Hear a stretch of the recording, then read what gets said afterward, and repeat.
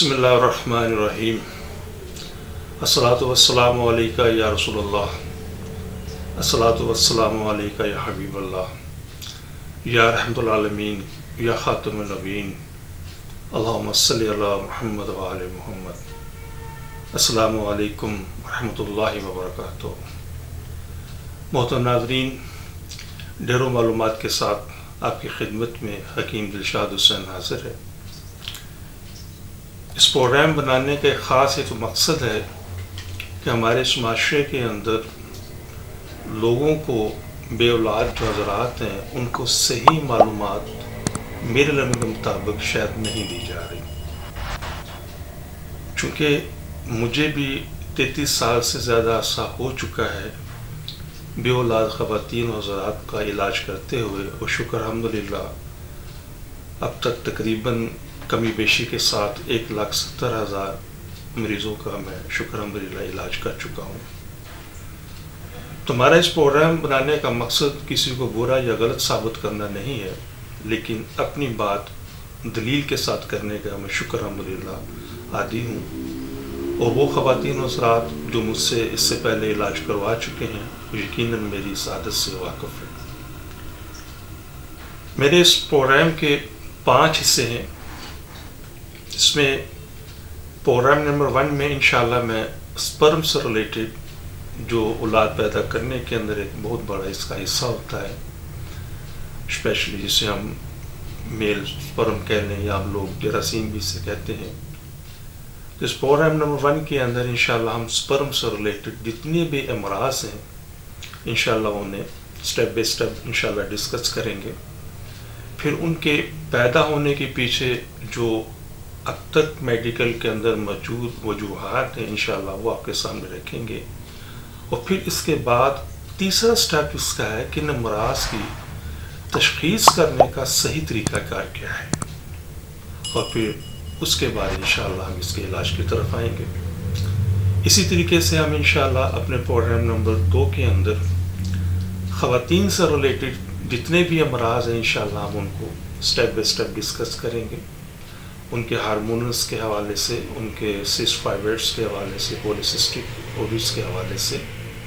Eggs کی production growth کے حوالے سے، ہارمونل کا جو پیچیدہ نظام ہے اس حوالے سے، ان کے ماہانہ ایام جسے ہم ایسے سرکل کہہ رہے ہیں انشاءاللہ ان سب کو انشاءاللہ ہم زیر بحث لائیں گے. ہمارے اس تیسرے پروگرام کے اندر ہم ان کپلز کے حوالے سے انشاءاللہ موضوع بحث بنائیں گے. اس تیسرے پروگرام میں وہ کپلز انشاءاللہ ہم شامل کریں گے. 2 طرح کے لوگ ہوں گے اس میں. ایک وہ لوگ جن کی شادی ہو چکی ہے اور عرصہ 2 3 4 سال 5 سال کا عرصہ گزر چکا ہے اور ان کے ہاں اولاد نہیں ہے، اور میڈیکل پوائنٹ آف ویو کے حوالے سے ان کی تمام رپورٹس نارمل ہیں. اور ایسے پیشنٹ کو اکثر سننے میں یہی آتا ہے، دیکھنے میں آتا ہے کہ ایسے پیشنٹس کو ڈاکٹر حضرات، معالجین حضرات انہیں انتظار کا مشورہ دیتے ہیں، حالانکہ ایسا نہیں ہے. ان کو بھی علاج کی ضرورت ہوتی ہے. تو یہ ایک بڑی تفصیل طلب باتیں ہیں. تو انشاءاللہ میں یہ تمام چیزیں اپنے تیسرے پروگرام میں انشاءاللہ رکھوں گا اور ڈیٹیل میں انشاءاللہ یہ بتاؤں گا کہ ان امراض میں جو مبتلا لوگ ہیں یا وہ لوگ جن کی رپورٹس نارمل ہیں اور ان کے یہاں اولاد نہیں ہے تو انہیں علاج کی ضرورت کیوں ہے. تو یہ انشاءاللہ اس کو میں تفصیل سے ڈسکس کروں گا. اسی تیسرے پروگرام میں انشاءاللہ ہم ان خواتین کو بھی انشاءاللہ موضوع بحث لائیں گے کہ جن کے ہاں 1 اولاد کے بعد یا 2 اولاد کے بعد دوبارہ اولاد نہیں ہو رہی. اور عموماً ایسے پیشنٹس ہیں جن کے ہاں 95% پیشنٹ صرف وہ ہیں جن کی تمام رپورٹس نارمل ہیں اور اس کے باوجود ان کے یہاں اولاد نہیں ہے. تو انشاءاللہ انہیں بھی علاج کی ضرورت ہے.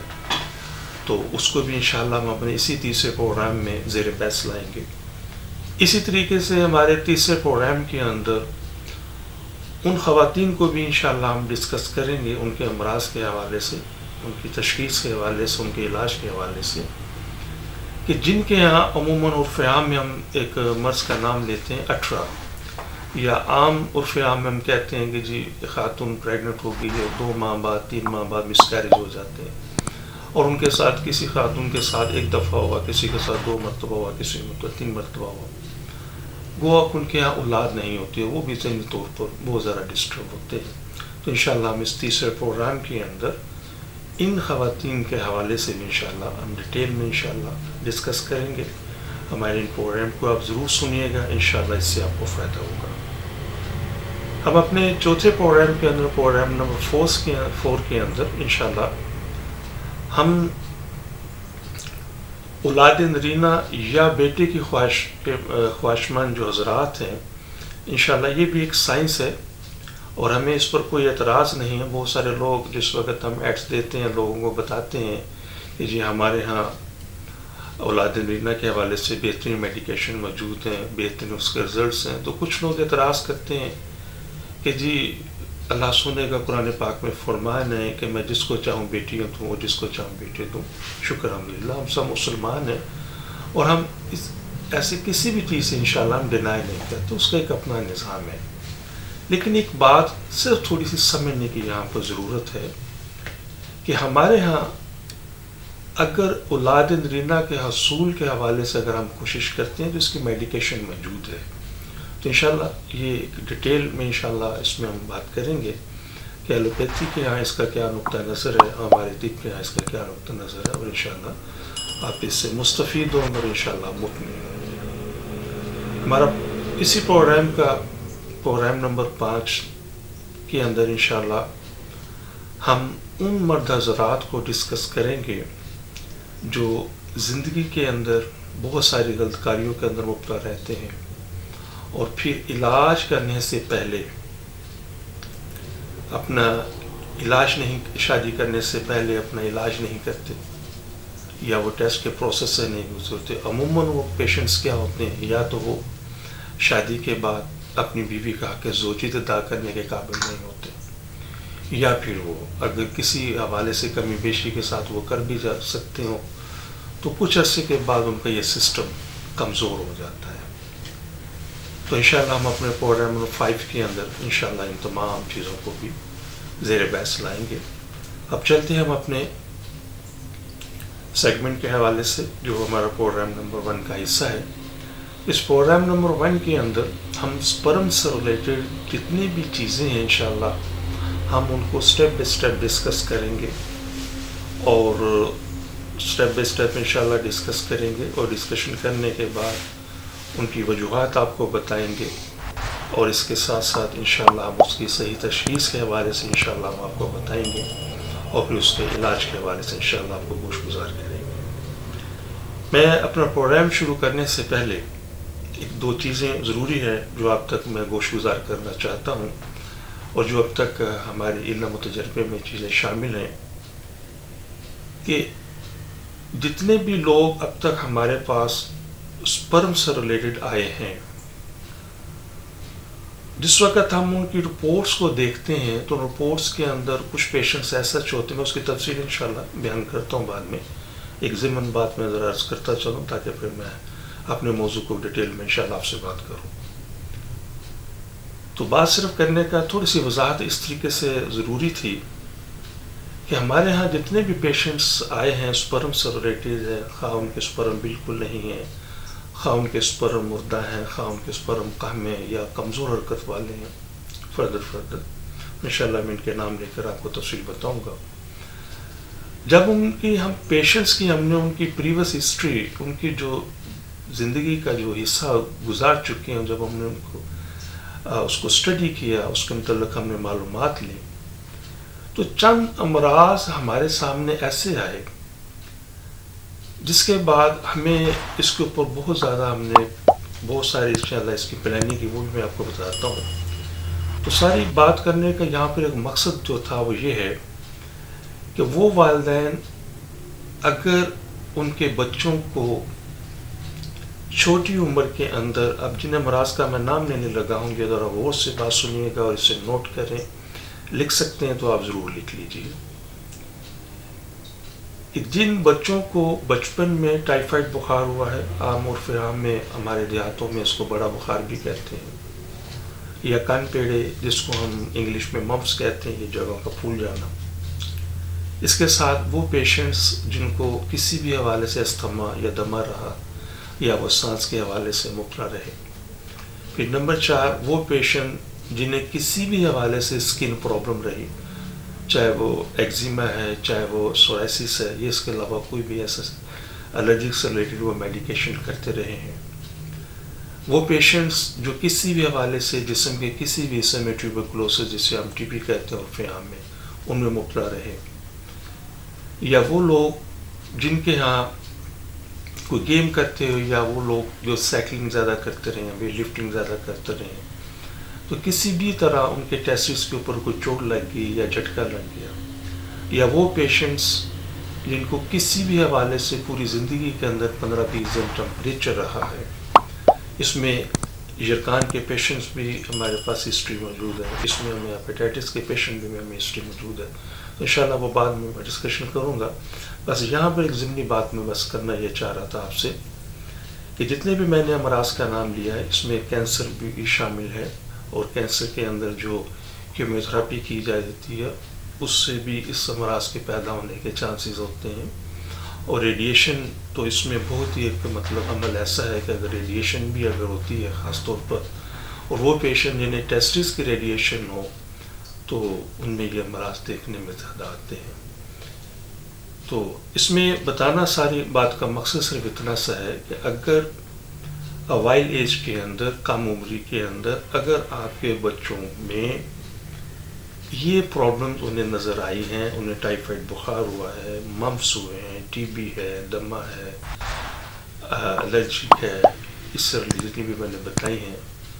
تو کوشش کریں جیسے کہ ہم اپنے پروگرامز کے اندر، سیمینارز کے اندر انشاءاللہ ہم نے 12 دفعہ یہ چیزیں ڈسکشن کی ہیں کہ جیسے ہی وہ بچہ بلوغت میں آئے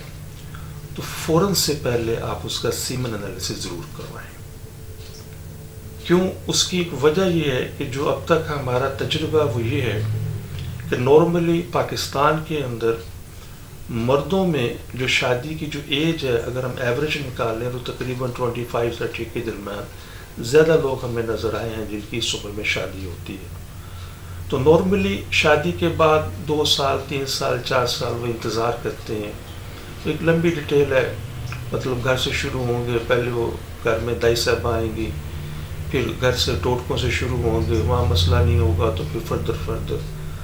تو عموماً پیشنٹ ہمارے پاس پہنچتے 4 سے 5 سال کا عرصہ گزر چکا ہوتا ہے. اب بات صرف سمجھنے کی یہاں پر یہ ہے کہ اگر ایک بچہ ہے جس کی عمر 5 سال ہے، اگر اس کو 5 سال کی عمر میں کوئی شدید بخار ہوا ہے، ضروری نہیں کہ یہ بخار ہو، کوئی ایسا بخار جس کے اندر 15-20 دن مبتلا رہتا ہے، تو سپرم سے ریلیٹڈ کوئی بھی امراض انہیں ہونے کے چانسز ہوتے ہیں. اور جو لوگ اس میں ضمنی بات بھی ایڈ کرتا چلو کہ وہ لوگ جو الکوہل کے حوالے سے بھی ہیں، مطلب الکوہل یا شراب استعمال کرتے ہیں، تو یہ پرابلم ہمیں وہاں پہ نظر آتی ہے. انشاءاللہ جس وقت میں سپرم کے امراض کو ڈیٹیل میں ڈسکشن کروں گا تو میں پوری تفصیل انشاءاللہ بتاؤں گا. تو یہاں پر جو ضمنی بات میں عرض کر رہا تھا وہ یہ تھا کہ ان لوگوں کو جو 5 سال کی عمر میں جنہیں یہ امراض ہوئے ہیں، 30 یا 35 سال کی عمر وہ امراض اپنی جگہ بنا لیتے ہیں، تو علاج ان کا مشکل ہو جاتا ہے. تو سمپل سی یہ گزارش میری تھی تمام والدین سے کہ اگر ان کے کسی بچوں کو اگر یہ پرابلم ہوئی ہے تو کوشش کریں کہ جیسی وہ بلوغت میں جائیں تو ان کا سیمن انالیسس یا آنفیاں میں منی کا ٹیسٹ ضرور کروائیں. وہ بڑا آسان سا ٹیسٹ ہے، کوئی مشکل نہیں ہے. اس میں آپ کو 2 فائدے ہوں گے. پہلا فائدہ، اگر اللہ کرے آپ کی تمام رپورٹس نارمل ہیں تو ایک ذہنی سیٹسفیکشن آپ کو ملے گی، اور اگر خدا نہ خاص اس میں کوئی کمی ہے تو اس کو فوری آپ وقت سے پہلے علاج کر سکتے ہیں اور ایک ذہنی بادریشن سے آپ بچ سکتے ہیں. اسی کے ساتھ ہمارا یہ میسیج ان لوگوں کے لیے بھی ہے کہ خدا نہ خاصہ جن کی کسی وجہ سے ان کے والدین دنیا میں نہیں تھے، یا ان کے کوئی ایسے پیرنٹس نہیں جو ان کو صحیح طریقے سے گائیڈ نہیں کر سکتے، تو کوشش کریں وہ لوگ اگر اپنی پیور ہسٹری میں ان قسم کے امراض اگر دیکھتے ہیں تو کوشش کریں کہ شادی سے پہلے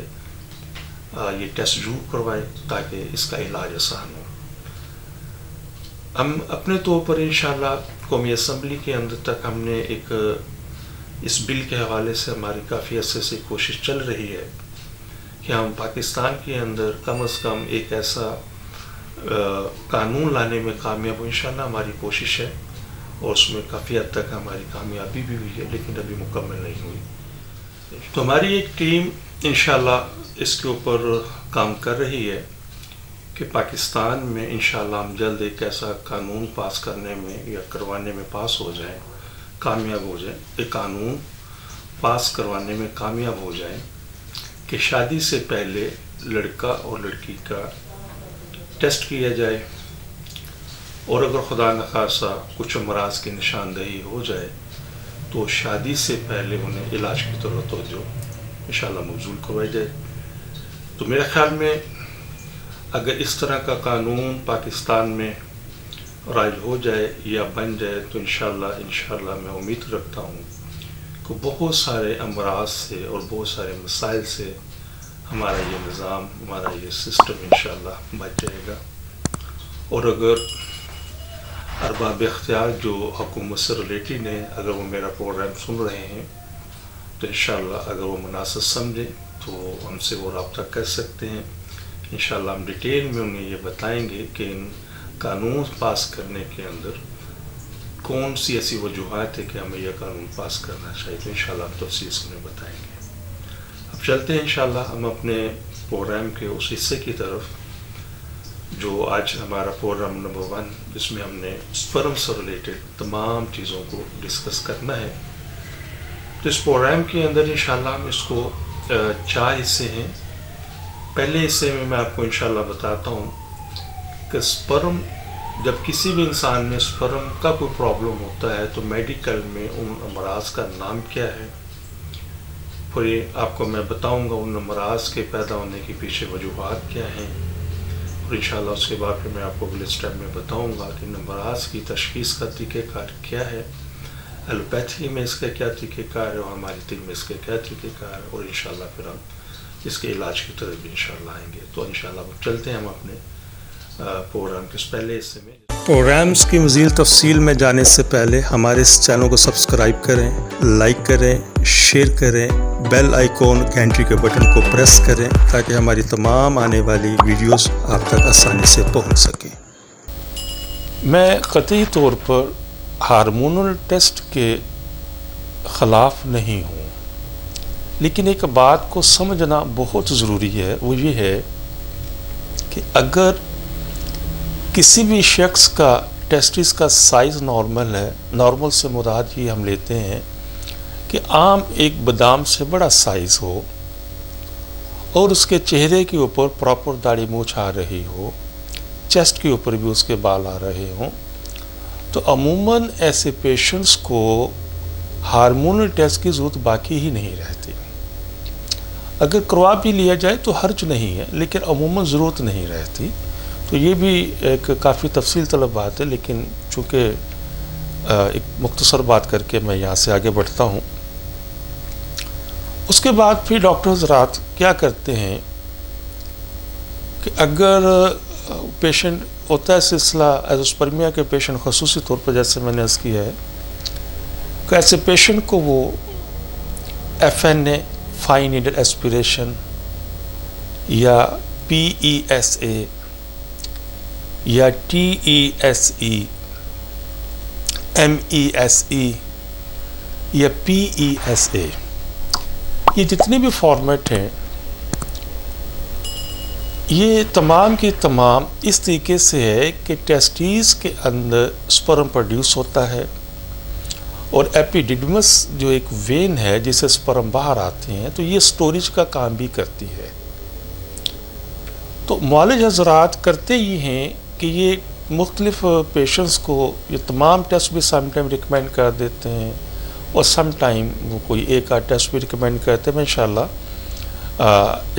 اپنی اس بات کو مکمل کر کے انشاءاللہ ان ٹیسٹ کی طرف بھی تفصیل سے میں آتا ہوں اور میں تفصیلاً آپ کو بتاتا ہوں۔ تو اگر ان ٹیسٹوں میں اگر ان کو سپرم الائیو نظر آ جائے، چند سپرم الائیو نظر آ جائیں،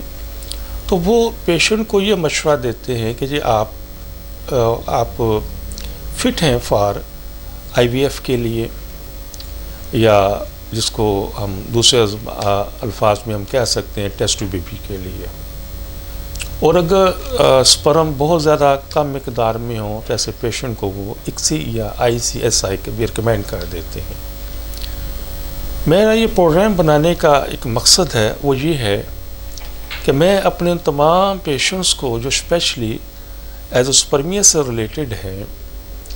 اور دوسرے جو پیشنٹس ہیں جن کے سپرم کم ہیں یا مردہ ہیں یا کمزور حرکت والے ہیں، تو ایک گزارش میں کرنا چاہتا ہوں اور چیز سمجھانا چاہتا ہوں. دیکھیں،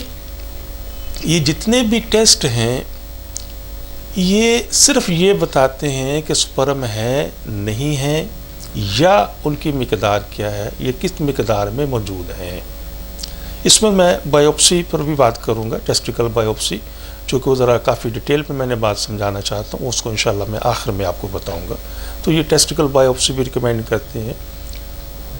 تو انشاءاللہ وہ میں اس کے بعد کرتا ہوں. تو میں جو بات عرض کرنا چاہتا ہوں وہ یہ ہے پوری ذمہ داری کے ساتھ کہ یہ ٹیسٹ کروا لینے میں حرج کوئی نہیں ہے، لیکن ایک سمجھنے کی ضرورت ہے کہ یہ ٹیسٹ صرف ہماری اس حد تک ہیلپ کریں گے کہ سپرم ہے یا نہیں ہے، اور اگر ہیں تو ریئر مقدار میں ڈیفینیٹلی ہوں گے. چونکہ ایلوپیتھی کے اندر ایزوسپرمیا کا ٹریٹمنٹ نہیں ہے یا اس سے کم سپرم کے اندر ٹریٹمنٹ نہیں ہے، تو اس لیے وہ ریکمینڈ کرتے ہیں آپ کو ٹیسٹ ٹیوب بیبی کے حوالے سے. میں یہاں پر ایک عرض کرنا چاہتا ہوں، وہ یہ ہے کہ آپ جہاں آپ نے سیمن ٹیسٹ کروایا ہے اس کے ساتھ ساتھ آپ ایک اپنا ٹیسٹیز کا الٹرا ساؤنڈ بھی کروا لیجیے. ٹھیک ہے،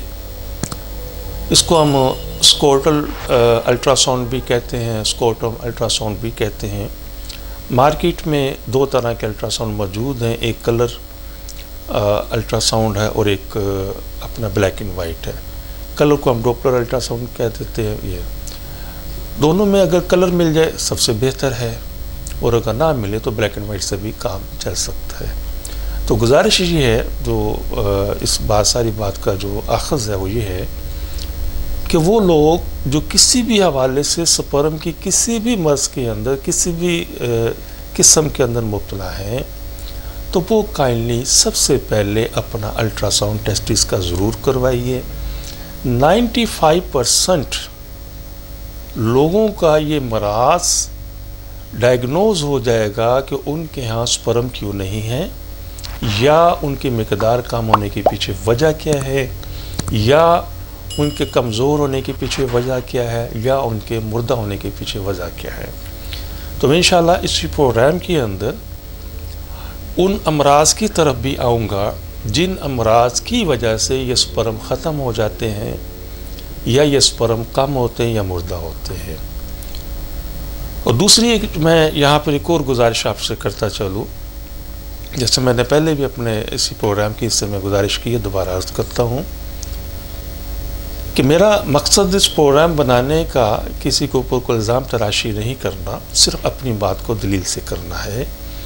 کہ ہماری طب میں، اور میں بھی تقریباً 33 سال سے زیادہ عرصہ ہو چکا ہے انفرٹیلٹی کیسز کو ڈیل کر رہا ہوں، اسپیشلی ایزوسپرمیا کو. کہ دیکھیں، ایک چیز کو سمجھنے کی ضرورت ہے، وہ یہ ہے کہ بغیر کسی وجہ کے کوئی مرض پیدا نہیں ہوتا. اکثر دیکھنے میں یہ آتا ہے کہ ہم صرف یہ دیکھنے کی کوشش کرتے ہیں کہ اندر کچھ سپرم موجود ہے یا نہیں ہے. ہم یہ کوشش نہیں کرتے دیکھنے کی کہ سپرم اگر پیدا نہیں ہو رہے یا کم پیدا ہو رہے ہیں اس کے پیچھے وجہ کیا ہے. تو انشاءاللہ وہ وجوہات بھی میں بتاؤں گا، اور اس کے ساتھ ایک ضمن عرض کرتا چلوں. اب میری باتوں کو کسی بھی ڈاکٹر یا کسی بھی حکیم صاحب کے ساتھ کمپیریزن نہ کیجیے گا، اور میں ادب سے عرض کروں گا، میرے لیے سارے قابل احترام ہیں. دنیا اب بہت ترقی کر چکی ہے. میں سمجھتا ہوں کہ آج اس نیو ملینیم کے اندر، 21ویں صدی کے اندر، اس وقت WHO